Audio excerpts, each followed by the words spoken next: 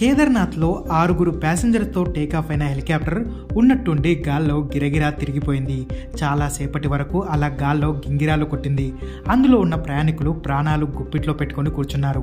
కాసేపటికి pilot చాపర్ని emergency landing చేశాడు.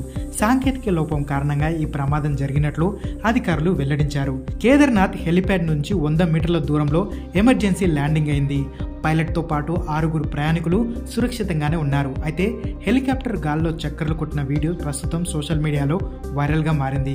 ఈ ఘటన జరిగినప్పుడు హెలిప్యాడ్ వద్ద ఉన్న మిగతా ప్రయాణికులు భయంతో పరుగులు పెట్టారు. కూలిపోతుందేమోనని ఆందోళన చెందారు.